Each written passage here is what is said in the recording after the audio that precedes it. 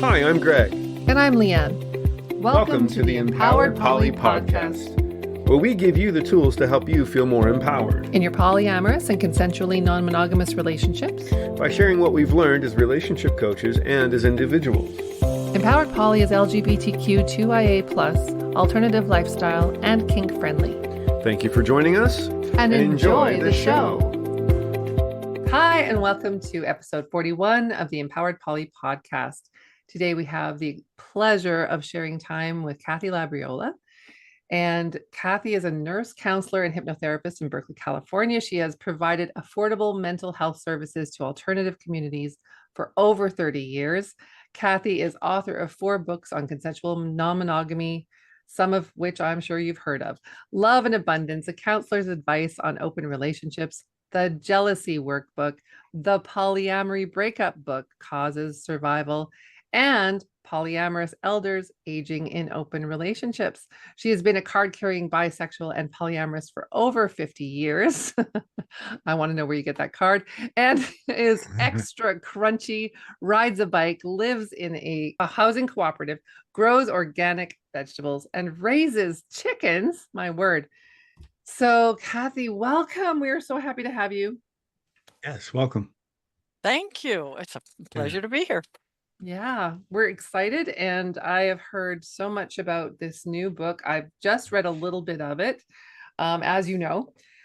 And Polyamorous Elders is the topic of your new book. So Greg has a question straight out of the gate for you. Yeah, I do. Why write a book about polyamorous elders? Well, for a couple of reasons that I believe are quite important. First and foremost, polyamorous elders are a big percentage of the polyamorous community and the polyamorous world, and many poly people who are elders were to some extent pioneers in that they have been in open relationships, consensually non-monogamous relationships, ethically non-monogamous relationships, polyamorous relationships, however you want to describe them, for over 50 years. And so have a lot of experience and a lot of expertise to share with younger generations. And, you know, when I and many other poly people were young in our 20s and 30s, we didn't see anyone really over 30 being poly. In fact, the word polyamory hadn't been invented at that time. We just called ourselves ethically non-monogamous because we didn't have any other terms to use at the time. So we didn't see any older people in our poly world, and we wondered, what does that mean? Does that mean that people just do this for fun when they're young and then go back to a more conservative or traditional monogamous lifestyle? Does that mean this doesn't work long term? We just had no way of knowing. We just were stumbling and fumbling our way through without any guidance or any mentorship from anyone. And so it's now possible for younger poly people to get a lot of help, support, etc., from older poly people. They can see that it does work long term and that there are lots of people that have been doing it for, half a century or more. And so they at least have some belief that, yes, we have role models. This does work and can work if we choose to continue in this lifestyle as our lifelong relational path. It also is possible for younger people to learn from our mistakes and avoid making some of the same mistakes we did, so that hopefully they can make new and creative mistakes all their own. Right. New mistakes are always better than old mistakes. Oh, any day. absolutely. More right? fun, more interesting, More fun, creative. way more interesting. Why repeat the same mistakes from the past? So, and definitely, last but definitely not least, when you look and see how polyamory is portrayed out there in the media, and even like on websites and in books mostly, it's all about, glamorous young 20-somethings, all, experimenting with this exciting new lifestyle. It's to me, it's very frustrating and upsetting, and to a lot of older poly folks, to see that we're not represented at all out there in the world. And it's, I think, a good idea for people who are older to be able to see themselves and their lives reflected in a book, if nowhere else. Hmm. I Great, love thank you. that. That's a very, very detailed answer. I appreciate that. Mhm. It's almost like you've been asked that question before. I have been, actually, and I've actually been, it's a pet peeve of mine that I like to talk about. Yeah, yeah, sure. And it's obviously something that's very close to your heart, right? Otherwise, I wouldn't have bothered writing a book about it. Yeah, Mhm. yeah, for Well, and sure. I feel very you know, that's relatable in terms of my own story, because when I started my first polyamorous journey 35 years ago, I had no references, no role models, like you were saying. What did we have to go on? Movies, 70s porn, we didn't really know what we were doing, made loads of All the mistakes. hair. Yeah. Yeah. All the hair all the time. Um, and I think now coming into this work later in life, Greg and I in our 50s have something definitely to offer, right? And so do you, as the people who are seasoned, who have been through it, who have made the mistakes and hit the pitfalls and fallen right down flat on our faces and gotten back up again, right? Hmm. Yeah. Thank you for Yeah. sharing that. Mhm. So I have a question about sexuality and older folks, because oftentimes in, as you were saying, media, there's not a lot of representation of the sexual life of people 50 plus. Or in your book, you kind of narrow it down to 55 and older.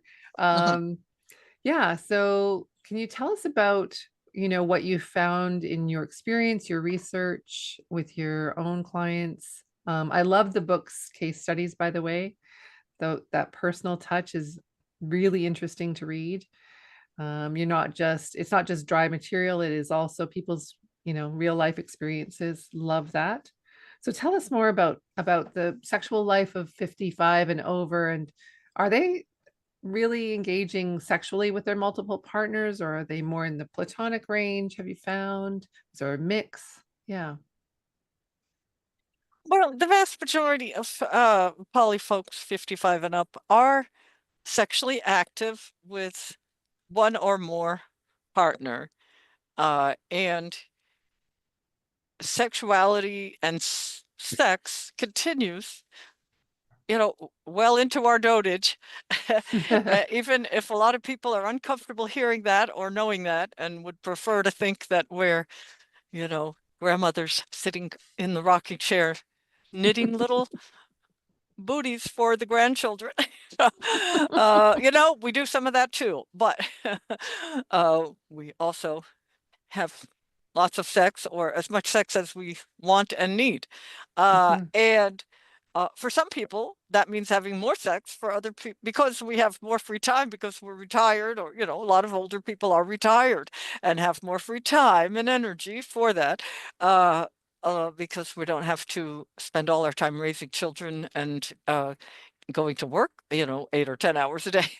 Mhm. But for some people, that means that they are less interested in sex, and polyamory works very well for people in that mode as well, because usually their partners or spouse have other partners that they can experience a lot of sex with. So one of the great boons for polyamorous people of all ages, but particularly for older people, is that if we want more sex in our old age, we can have it. If we want less sex in our old age, we can have it.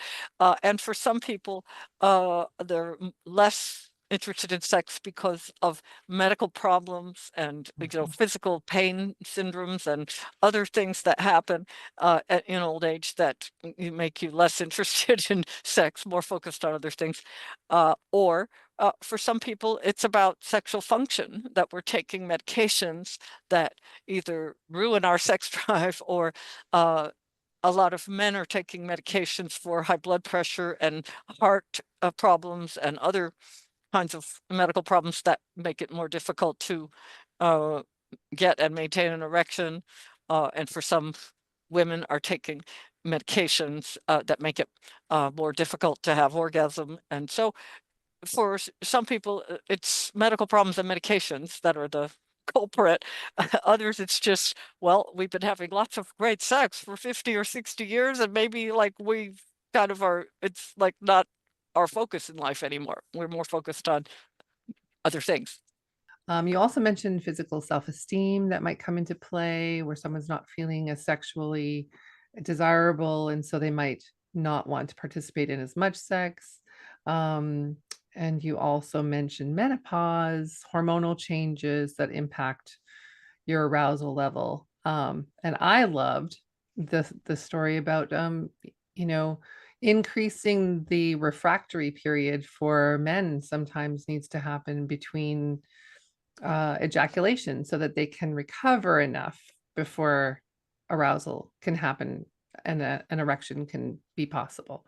So, you've really delved into in the book some detailed experiences of your clients, and I think it's going to be very helpful to people to see themselves represented in that way.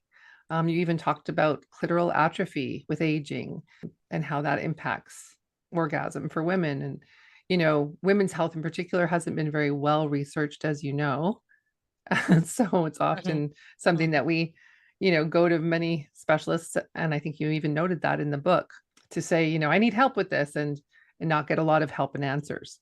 So thank you for delving into that area, because I think it's one of those things that's kind of like you said, almost shelved. People don't want to talk about older people's sexual lives. They Um, don't. And I yeah. think if there's one message I would want people to get from those chapters on sex and sexuality, it's that you have to be your own advocate with your healthcare provider, because these doctors tend to be younger.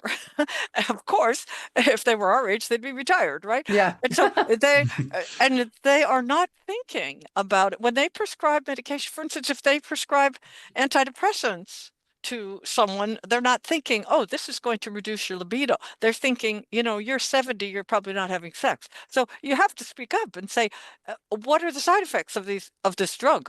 Is it going to affect my libido? Is it going to Mhm. affect, for men, is it going to affect my ability to get an erection? And most antidepressants, yes, it will. Not all. Mhm. So, there are usually workarounds. But if your doctor's not thinking about the fact that these medications are causing sexual side effects, and they don't tell you, you won't have any way of advocating for yourself. So, I Mhm. think, if they're prescribing these medications to someone in their 30s, they are thinking about it, and they are going to be considering that when they prescribe something.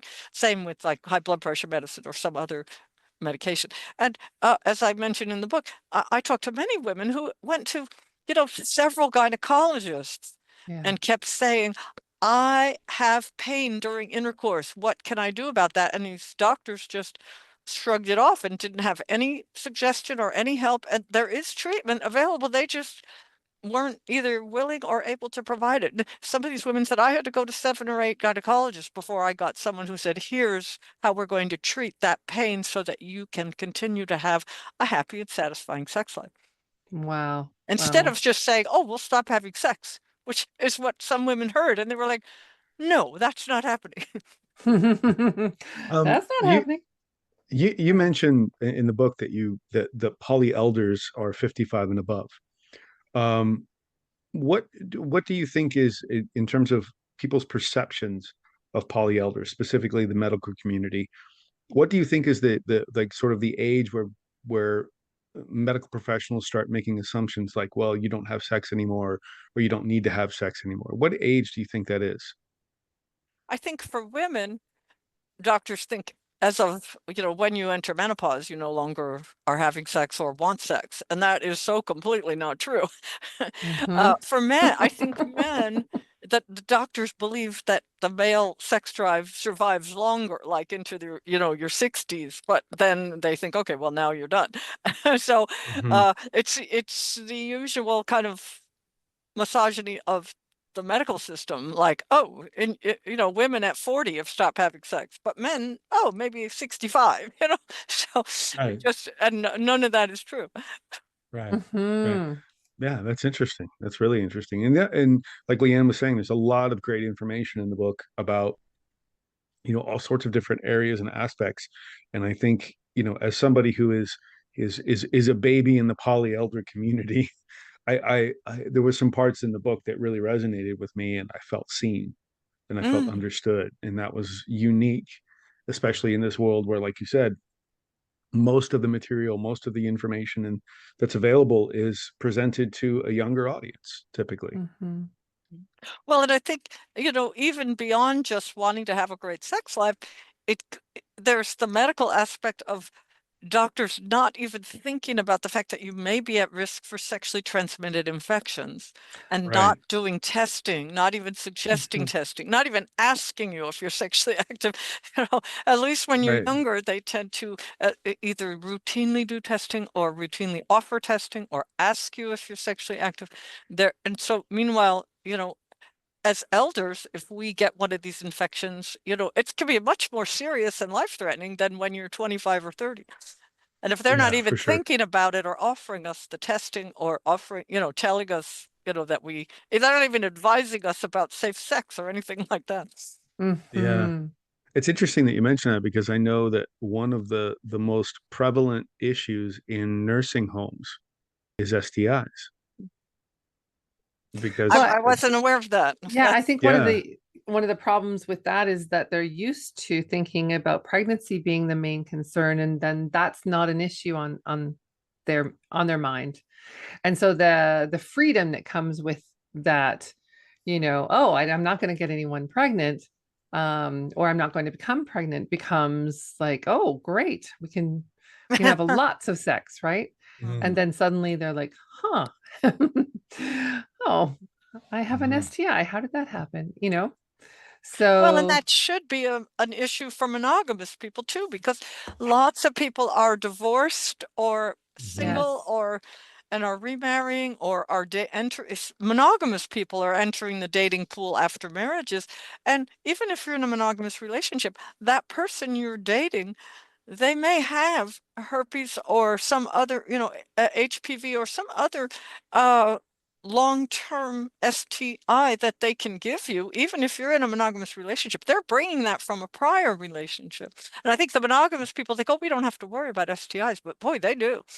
And as you're Yeah, hmm older, I think especially for men, getting and maintaining an erection becomes more difficult with aging for most men. And so using a condom makes keeping an erection more difficult. So there's a harder. further incentive not to use condoms. Hmm.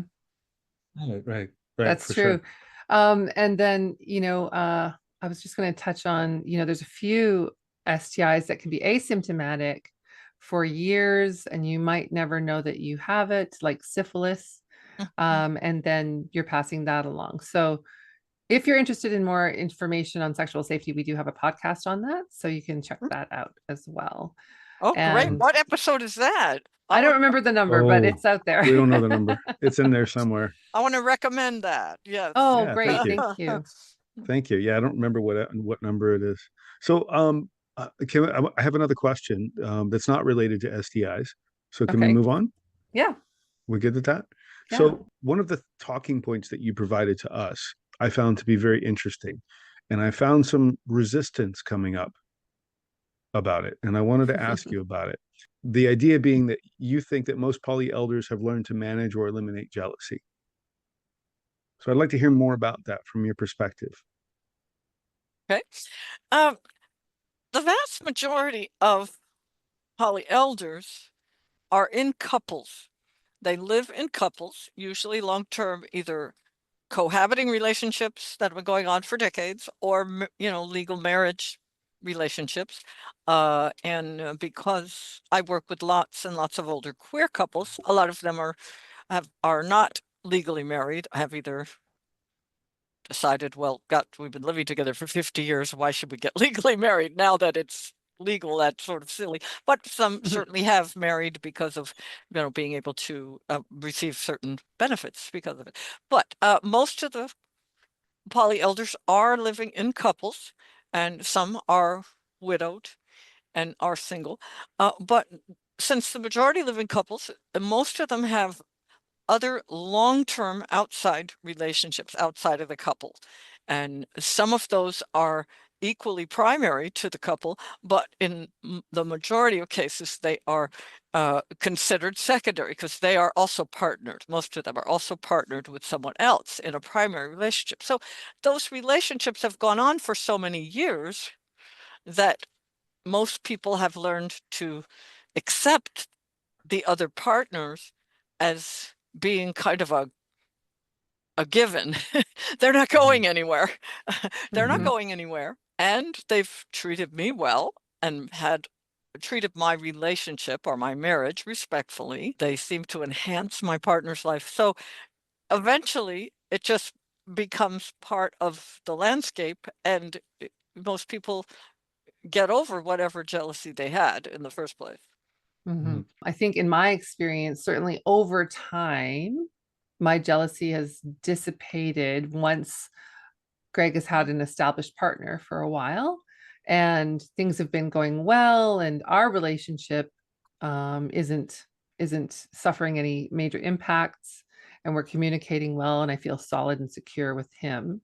Then I feel that the level of any kind of jealousy that I have goes down. So I can see why the logic is that over time, as things are established, as long as the foundation is healthy, people are communicating, things are going well, that the level of concern, therefore the level of jealousy would diminish. Yeah. I think one of the things that we find is that we work with a lot of people in their 50s and 60s who are entering into polyamory or have been away from polyamory and are now coming back to it, or are now having a relationship with someone who is new to poly or monogamous.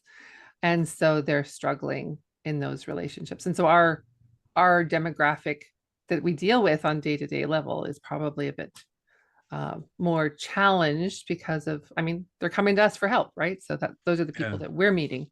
As you were um, talking, Leanne, something else came up for me too.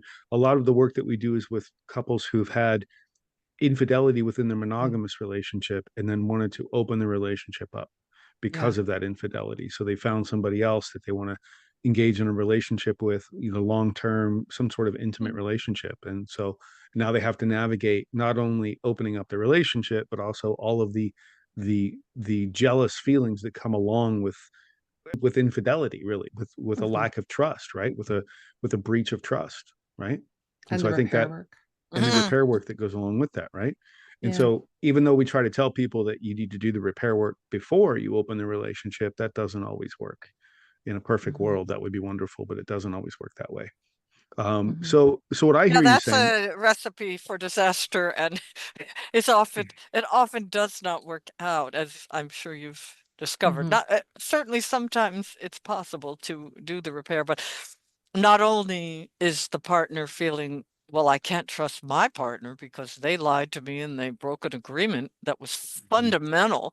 If you're in a monogamous relationship, that sexual and romantic exclusivity is foundational to your yes, relationship. And so that's not just a slight breach of contract. That's a major breach of your trust. But they also don't trust this other person, and why should they?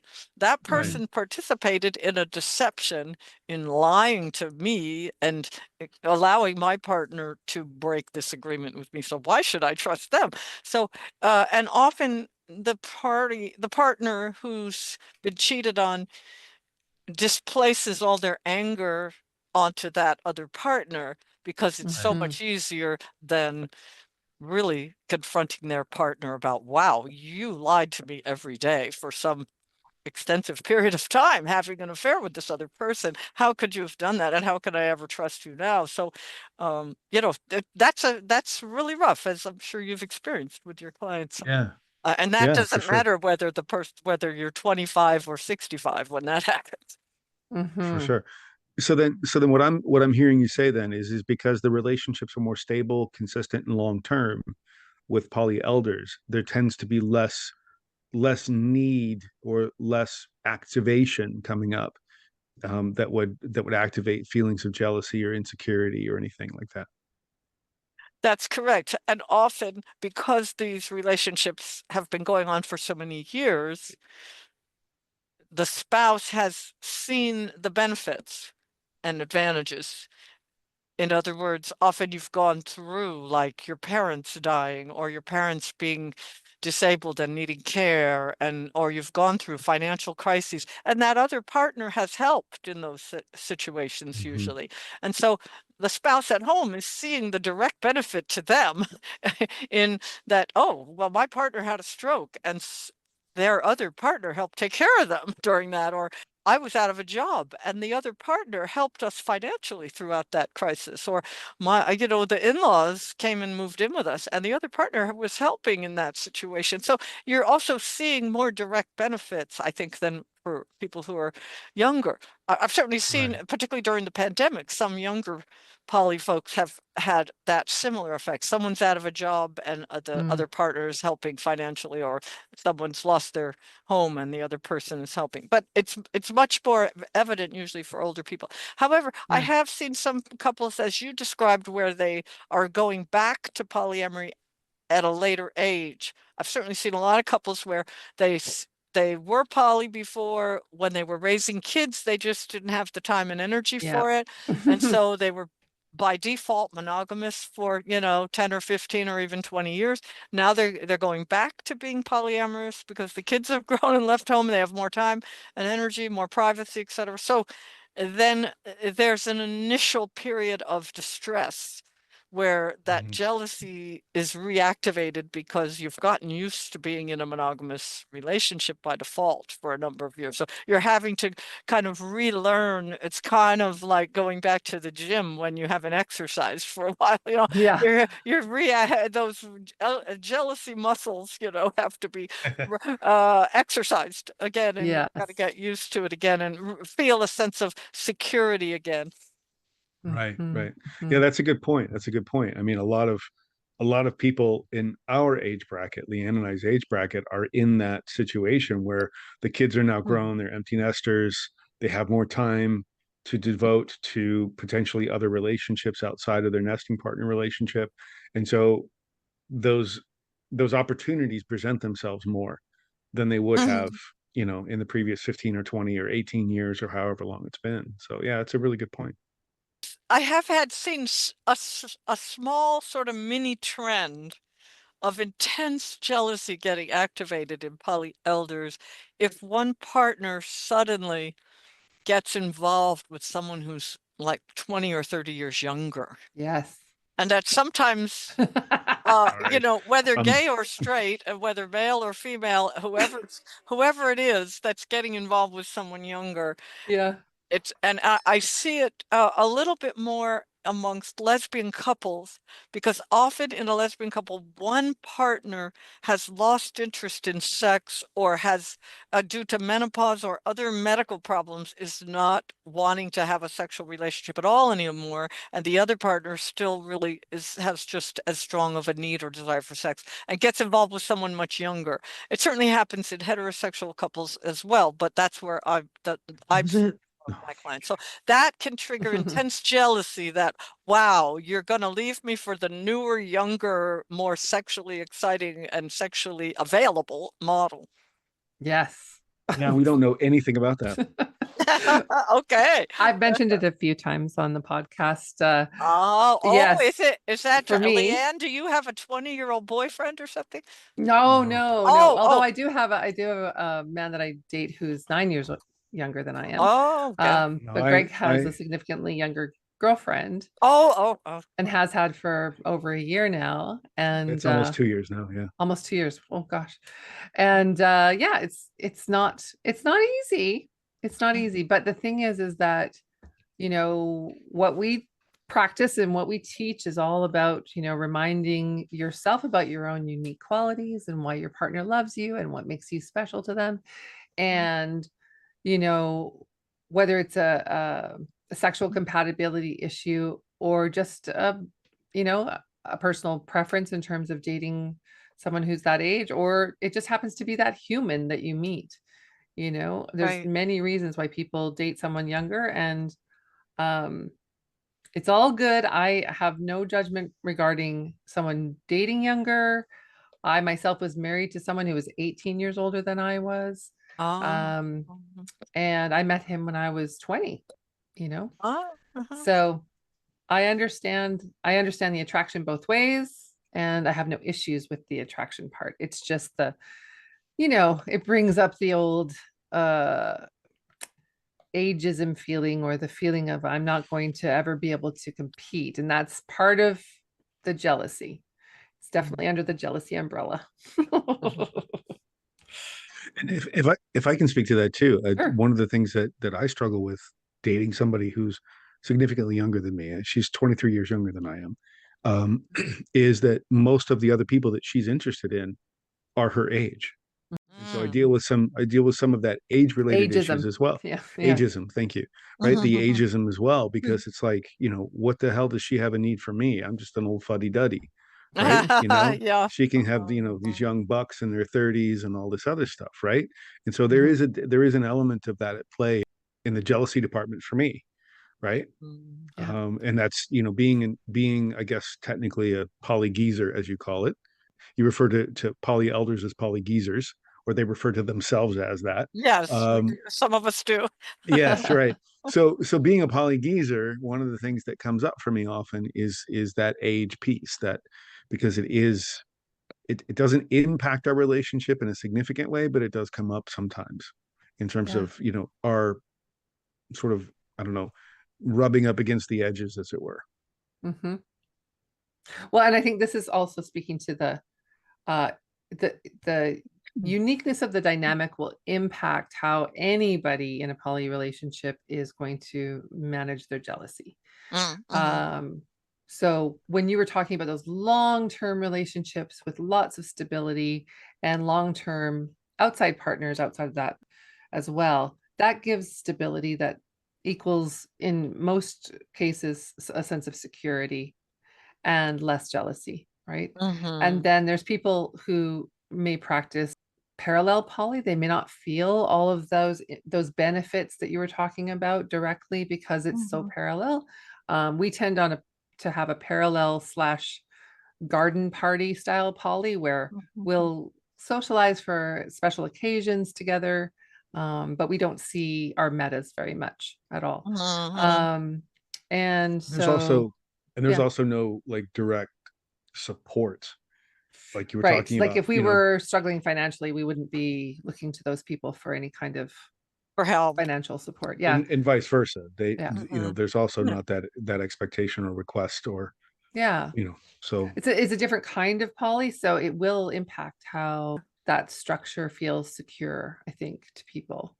Yeah. It's a more Yeah. compartmentalized model, and Mm. a lot of people find that very the best way for them to manage and reduce any feelings of jealousy is to keep things more compartmentalized, each relationship somewhat separate. Yeah. yeah. And I have brain injuries, so I also find that too much information is an overload and I feel overwhelmed. I Mm-hmm. can't sort through very quickly. Yeah. Yeah. So less is more. You know? Yeah. Mm-hmm. Yeah. And I also, for me personally, I know we're interviewing you, but we're talking about us as well. I just want to acknowledge that.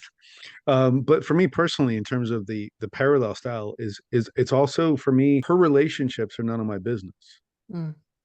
Like Gives us a like little more that's autonomy. yeah, Mm-hmm. there's an autonomy piece that's in that as well. Is that I think when I think of KTP relationships, I think there's some messiness that's inherent in that. If you're not Mm-hmm. very clear about your boundaries and what relationships, what information you're obligated to share. I hate that word, but what information the agreements you have in place about what information gets shared and so on and so forth. So Hmm. for me, I don't really like that messiness. It doesn't really serve me in my relationships. I'm a very introverted person by nature. And so I tend to want to have a lot of time to myself. And so I don't really want to spend a lot of time with metas, just who I am, right? And so I also don't really want to know the private lives of my partners. It's their business, it's their relationship. It doesn't mean that if there's something that they want to share with me, that they have consent to share, that I may or may not necessarily be open to hearing that. Mhm. But it doesn't mean that I have an assumption to that information. You mean an entitlement? Yeah, An sure. entitlement. Yeah. Yep. Or Yeah. even Yep. wanting to, or Or even even wanting wanting to. it. Yeah. Or even Yeah. wanting to know about it. Yeah. Yeah, Yeah. I just don't really want to know, and unless it impacts me from a scheduling or a sexual health perspective, I don't really want to know. I don't really need to know. And I firmly believe that every relationship needs and deserves a certain amount of privacy Mm. from my spouse, my partners, and every relationship that I have or that they have, that really deserves and requires a certain level of privacy in order to flourish, and in order Yeah. for someone, in order for, say, one partner to feel safe sharing something very personal going on with them. Not even, I don't want them to have to think about, oh, well, she's going to go back and tell the other person. I want them to Mhm. know that, like, I have good sense about what I would disclose or not disclose. And that idea of having good sense may vary from person to person. So it's good to Right. clarify it, Hmm. with your partners what it is that they feel should remain private, and what level of privacy that they need and want.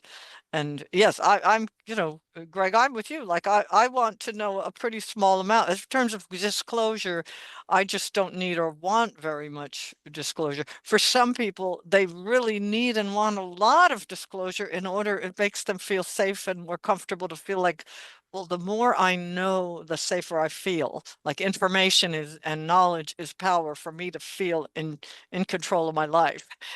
But for Hmm. me, like, too much information is definitely too much. Yeah. Doesn't Right. help Yeah. me at all, makes me feel more anxious or uncomfortable. Yeah. Yeah. Yeah. Yeah. For sure. I think we're all on the same page there. Mhm. But it's so I mean, there in my book Love in Abundance, there are like a couple of chapters on disclosure, just because it's such a pitfall for poly relationships, and each person has a different level of need for different kinds of disclosure. So it's really an important thing to negotiate clearly about in any relationship. For Brilliant. sure. Yeah. Brilliant. Do you think that older people are more successful at navigating poly than younger people? Well, the answer generally is yes, but it's not because they're older. It's because they've been doing it for so many more years. They Right. happen to be older because they've been doing poly for 10, 20, 30, 40, or 50 years or more. So they've had a Mhm. lot of time to get better at it. And if they weren't so good at it, they probably would have quit before now. And many Right. people do. So many people who are either, quote, not good at it, or who it's just not the right life for them. It's not a matter of like, oh, they're not very skilled. It's more like, well, this doesn't suit their life, and it's not going to make them happy. So Hmm. Mhm. they have wisely chosen to stop doing it at some point, to go back to a more traditional or more monogamous relationship. So I don't Hmm. mean to make it sound like, oh, us old farts, we're so good at it. It's just, if though it's a self-selecting thing, you're going to Yeah. self-select out of the poly pool if you Right. just decide that, A, I don't have the right skill set for this. B, either B, I just don't want to spend my time on this because I have other things I'd rather invest my time and energy in. Or C, it just causes me too much pain and suffering. So why would I keep doing this? Right. Mm-hmm. Yeah, those are good points. Those are good point. I guess at some point you're going to decide whether or not you're going to opt in or opt out, right? Well, and for some And people, it's really just fantastic for them at certain developmental stages of their lives. And Hmm. other times it's not. As I mentioned earlier, some people, when they're raising children, they just don't have the energy for it. Doesn't mean that they won't decide to do it again later. For some people, when they're raising children is the right time to do it. They hang out with other poly folks who have kids, and they have all this great childcare setup going, and and they have a support system for their kids, and because their kids don't want to be the weirdos that are the only person they know that has poly parents, so they get to hang out with other kids who have poly parents, and so it works for them. So for some people at different developmental stages of their lives, polyamory is great for them, and that other times in their life it's just not really what they want relationship wise. So while some people I think are really inherently monogamous and some people are inherently polyamorous, for other people, they're more like the bisexuals of the poly-mono spectrum, in that at different times and with different situations and different relationships, they're more likely to be happy being poly, or they're more likely to be happy being monogamous. Yep. Yeah, Me. that's you, Leanne. Yeah. Ambiamorous, right? Ambiamorous. Yes, I'm That's the term. ambiamorous. And if you'd like to learn more, we have a podcast on that. We actually do. Don't ask us. Don't ask us what episode number it is. We don't fucking Yeah, know we don't anything. know. I'll have to check that out. Yeah. Yes. Yeah. Please check them all out. How do the problems of aging affect polyamorous folks? Well, in some ways, they affect polyamorous folks exactly the same way they affect non-polyamorous folks. Yeah. In that, uh, the problems of aging have to do with uh, physical ailments. Yeah. They have to do with potential cognitive decline. They have to do with decisions about housing, whether to stay in the home or apartment you're in, or whether you want to live in some form of senior housing. They have to do with uh, taking care of aging parents and siblings and relatives. They have to do with relationships with your children and potentially children and grandchildren. But for poly folks, all of those issues of aging are affected by being polyamorous, and how that is how that where and how that places you in society. Yeah. Because as I mentioned with medical problems, you're dealing with a medical system that is organized around the idea of the traditional monogamous marriage and family.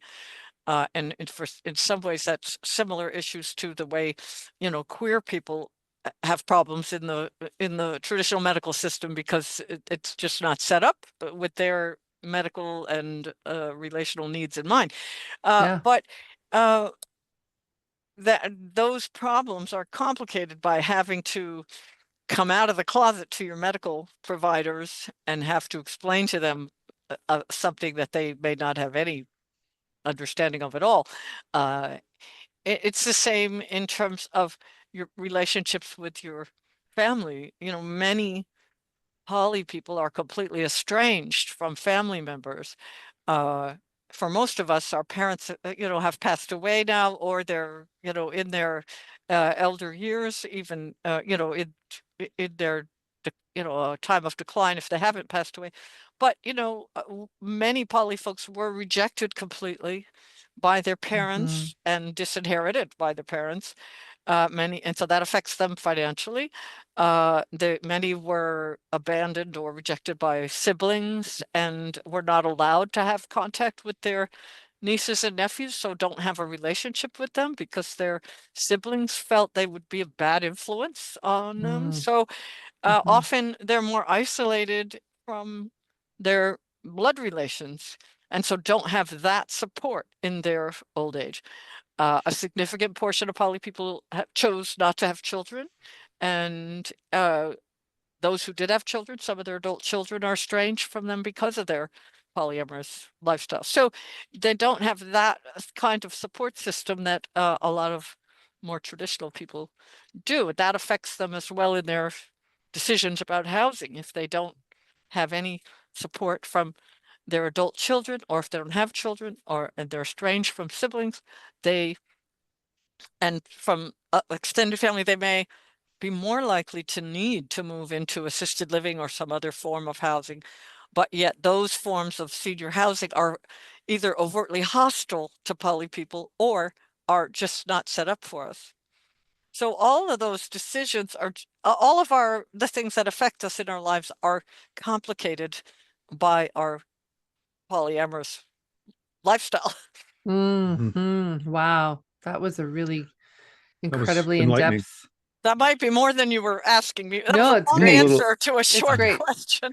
I'm a And little depressed right now. yeah, I do remember one of the case studies talking about a woman who was looking for housing as a senior housing, and that there was no accommodation for having a live-in second partner. One partner, yes, but not a second partner. And that I think the person eventually went into a housing cooperative as an option that had more flexibility. Yes. So Yes. that was an interesting story, and it made me think a lot about, what the future might look like. We talk a lot about we're going to be on the rocking porch together. That's what we call it. We said it wrong the first time, and we're getting it wrong every time We've now. stuck with it. Yeah. Yeah, It's actually going to be a giant porch, so I'm going to make sure a it's just a giant big, giant porch rocking that porch just rocks. Yeah, that With just rocking rocks. chairs or yeah. the porch itself is No, the rocking. porch itself rocks. The Yeah, porch Oh, itself. yeah. oh, hey, that's That's great. cool. But we want to, expand the idea that there might be others. Do you know what I mean? Yeah. And so then in that expansion, what does that look like? And these are very important questions to consider. And so thank you for bringing them up and bringing them to our attention. Yeah, Well, yeah. I was there were two things that came up repeatedly in my interviews with, I interviewed not only a lot of poly elders who were considering moving into senior housing, but also I interviewed 25 uh, senior living facilities, directors or, people who are in charge of those facilities.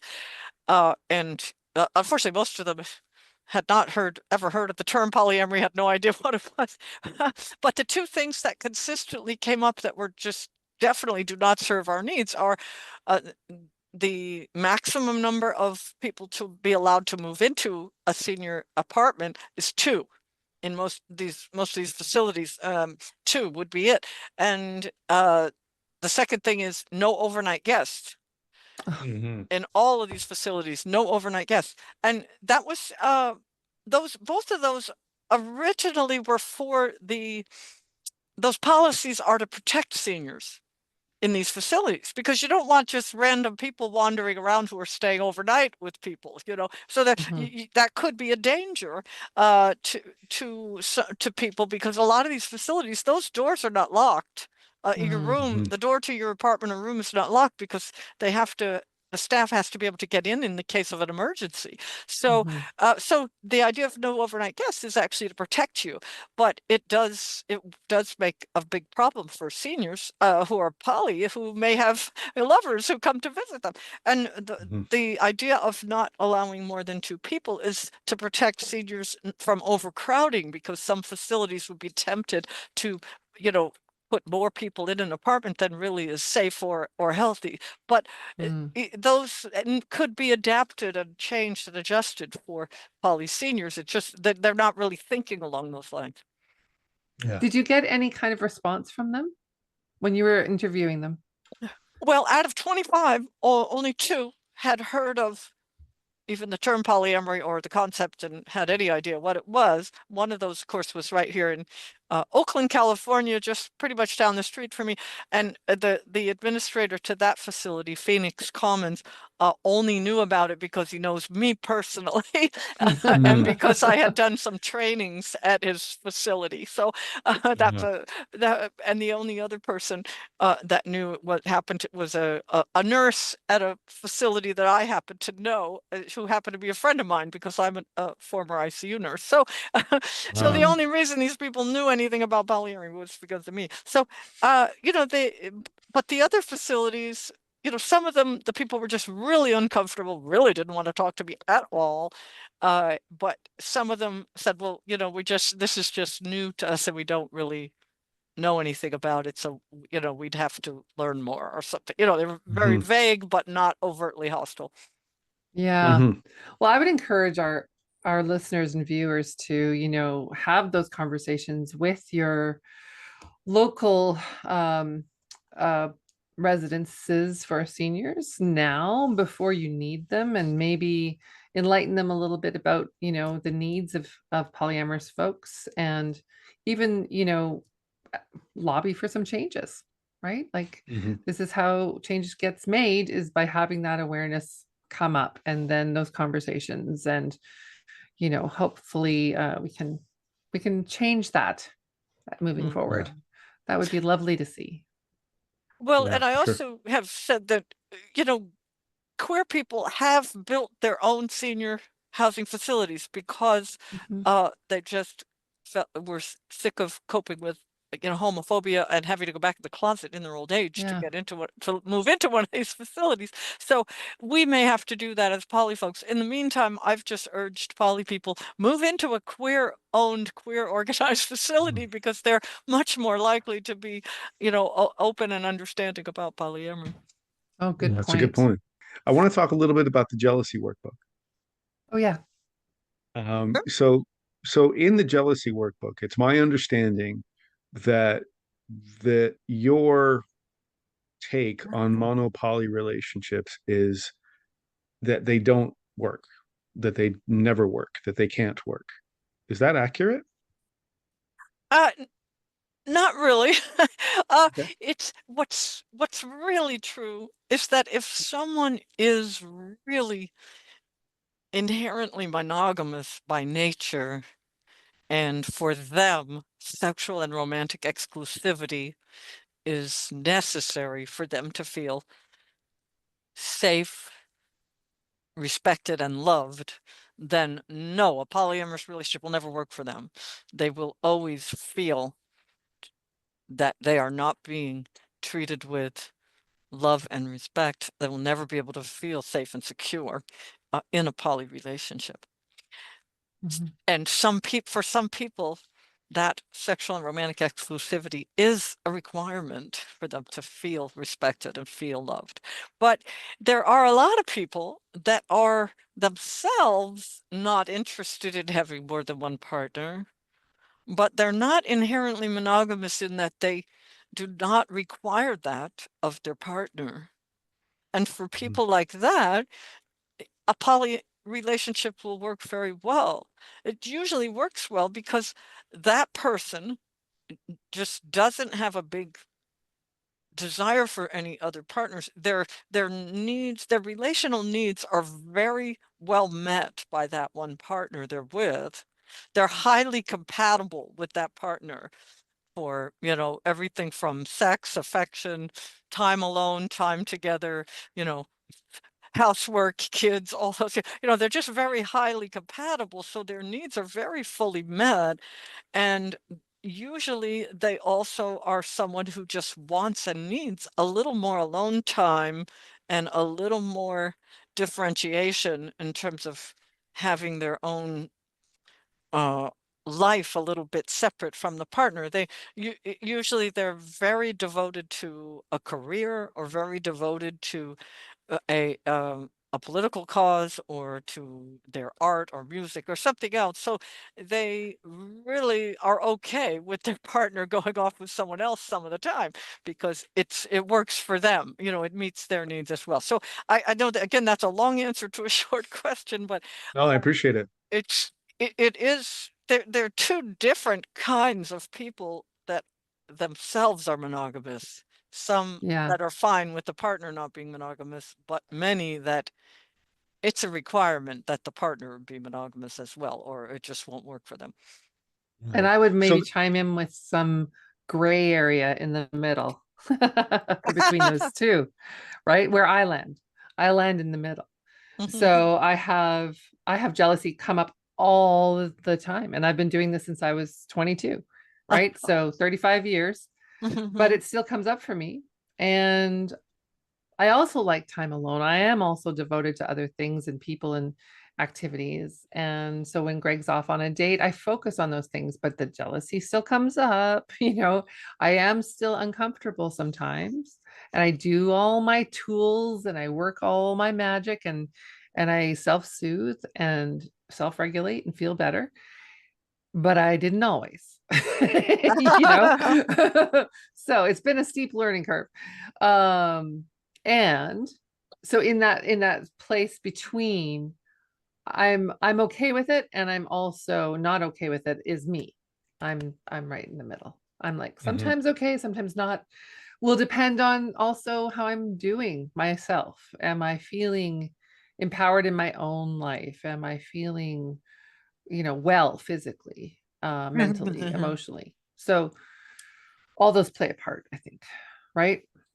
Would you How agree? vulnerable you're feeling at that Yeah. moment. Yes. Yeah. How Yeah. good are you Yeah. how good you're feeling about yourself and your life, how full Yeah. your own life is, and how vulnerable you're feeling for any number of reasons, health-wise or anything else. Yeah. Yep. Yeah. But it Hmm. opens you up to be more susceptible to those insecurities that come up. Mm-hmm. Hmm. Mm-hmm. Right. That's for sure. That's a good point. So if I understand, then what you're saying is that it's not necessarily by default that mono-poly relationships don't work. It's just how far into the mono box somebody might be in terms of their needs and the way they need to structure their relationships, And their value system, probably. value system. Is that right? Yeah, and I wouldn't say it's so much about values. It's more just about what someone's innate needs are in relationship. It may take a while for them to figure out that no matter Yeah. how much they may want to believe in polyamory mentally or philosophically or anything else, it just doesn't work for them because they feel so mistreated, so hurt, so disrespected by the Mm-hmm. partner having any kind of romantic or sexual connection with someone else. Mm-hmm. Mm. Mm-hmm. So how foundational is that to them in terms of feeling safe, And yeah, feeling safe, feeling loved, feeling really, I keep using the respected? word respected because that's the word I hear so much from people. They just feel like they'd feel very disrespected, like, well, how could he do this to me? Or how could she do this to me? This is just Mm, so wrong what they're doing to me. Even if, Hmm. like, philosophically they can say, well, gee, they're not really doing anything wrong, but it feels like this is so wrong what they're doing to me. Hmm. They can't mm-hmm. change that feeling and can't for other people it's more about the fear of abandonment because they've had a very insecure uh relationship and with parents and were abandoned in childhood by a parent or were abused or neglected by a parent. So we're not all created equal in terms of the level of security we come into a relationship with. And that's not about any personal failing on our part. I know there are a lot of these various, books and podcasts and coaches that'll say, oh, well, you have to build your own personal security and, all of that. Well, that's a lot easier for some people than others. True. If people Mm-hmm. have had a very secure attachment since birth with parents who loved them and showered them with attention and made them feel safe and secure, they enter adult relationships with a whole different level of personal security and belief that they will be loved and that they won't be abandoned. That's a whole different level than for those of us who had much different childhoods and were not allowed to form any kind of secure attachment with a parent, or for some people who had, a horrible relationships and betrayal in adolescence or their early adulthood that have just been conditioned to believe that they shouldn't feel secure. So, though for someone like that, it's a whole hell of a lot more work and effort, and it just may not be plausible for them to Yeah. somehow get to a point where they're going to feel secure with the partner going off and falling in love with someone else. Hmm. Mm-hmm. Yeah, that's interesting because that's my experience is abandonment trauma. I have a, I have yeah, I have abandonment trauma, abandonment wounds, and I even though I've been I've been non-monogamous my whole adult life, consensually or otherwise, and I've been poly for the last 21 years now, I guess it's been. But I Mm-hmm. still struggle with that jealousy piece. I still struggle with the idea of being replaced. I still struggle with the idea of just all of a sudden somebody yanking the carpet out from underneath me and I don't see something or I miss something or, I missed a cue or whatever, and then there's some autism at play there. There's borderline personality disorder at play there. So there's a lot of other things that are kind of in the mix, right? Mhm. And I guess one of the things that comes up for me is this idea that there is opportunity in a poly relationship. There is opportunity in opening a relationship to be able to work through that stuff if that's something that you're willing and capable of doing, right? I There think are that's the people, point. yeah, Yeah. right, exactly. There are people in the world who are neither willing and don't feel capable of doing that. Mhm. And I Yeah. think that's to be honored and respected as well. But Yeah. that's one of those things that you don't really ever know until you're kind of put into that situation, whether that be through active, conscious, intentional opening of a relationship or infidelity or whatever it is, right? Mhm. Yeah, it's very true. I also think it needs to be respected that for some people, they're just going to decide that that's just not a priority. And, Yeah. For you sure. Yeah. know, it's not everybody's, you Cup know, of tea. kink. Oh Yeah. yeah, It's It's not not exactly. everybody's everybody's kink to king. spend a Totally. zillion hours, processing, all their jealousy and relationship issues. That Yeah. it's not everybody's thing. I mean, there are a lot of other important pursuits in life, and a lot of people are just going to decide, wow, this is too much work. And, more power to them if they decide this is not what they want to spend their time and energy on. And Right. fair enough. And certainly we have helped people transition out of polyamory into monogamy Mm. for a lot of those reasons. So yeah, thank you. Thanks for bringing that up.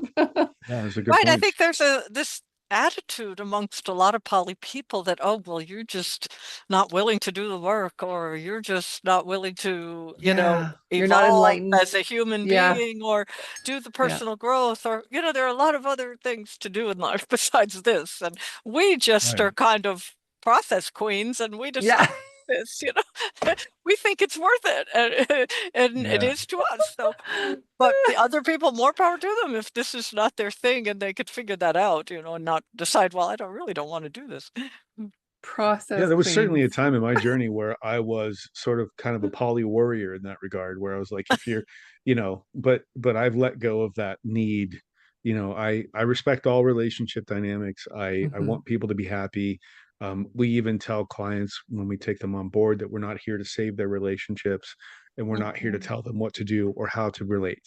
What we're mhm, here to do is support them in finding out what works best for them, and that's Uh-huh. ultimately the work. And so like Leanne said, there's been some people that have realized, oh shit, I'm actually monogamous and I can't do this. Mhm. Okay, good. So then you know what that's going to look like for you now. You know mhm, what, you know where your limits and your boundaries are, right? And you know how rigid or how porous those are. So that's really important work. And discovering that. And then, like you said, there are people on the planet who just, they want to spend their time doing something else. They don't want Mhm. to think about relational stuff and all of that. And that's great too. Yeah. mhm. Those are really good points. Thank you. Yeah, I I sometimes jokingly say, well, I could climb Mount Everest too, but Yeah. do I I don't want to wanna. put years Do I of want to? effort Yeah. into that? No, I don't. And I don't Right. have to. It's the same. It's just similar. Why should I? If they don't want to do this, why should they? Yeah. Yeah, Kathy, for I'm going to sure. use process queens if that's okay. I think that is the best. Some people are process queens. I am definitely one of them.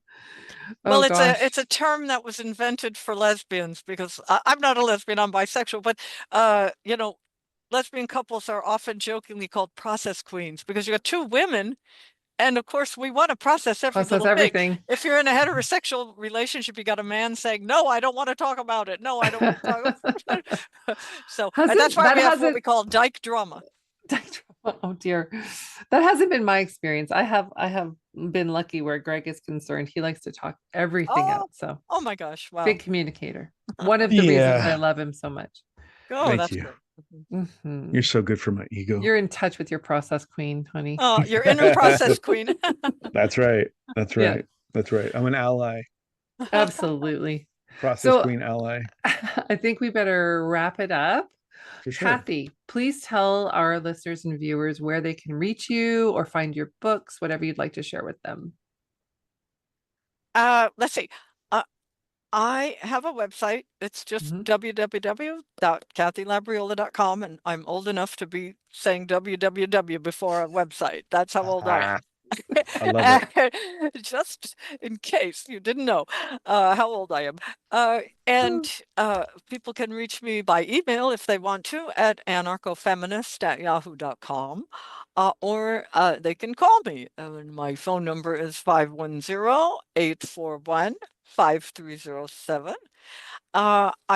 If you want to buy my books, you can buy them through my website. If you want to buy them, you can buy them through bookshop.org and by indiebound.org. And I plead with you, beg you, please, whatever you do not buy them from Amazon. Okay. I did want to mention that a second edition of my first book, Love and Abundance, just came out. Oh. And that second edition was only necessary because so much good stuff has happened in the world of polyamory since I wrote that book in 2008 that a new edition was needed to update things. Great. So Fantastic. that's good That's news. wonderful. That That's That is good. there was an That update is really needed, good. and it was actually, out of date. Yeah. Right. Yeah, that's awesome. Thank you so much. And thanks for doing Great. that. I love second Yeah. editions, third editions, Yeah. when people update their work. It's great. Yeah. Yeah. Well, thank Cool. you again for being our guest. Yes, Thank you. It was a you. It's pleasure. been a hell of a lot of fun. And Yeah, if you have any absolutely. questions, give me a call or email me. Okay. Yeah, you bet. Thank you so much. It was a pleasure meeting you, Kathy.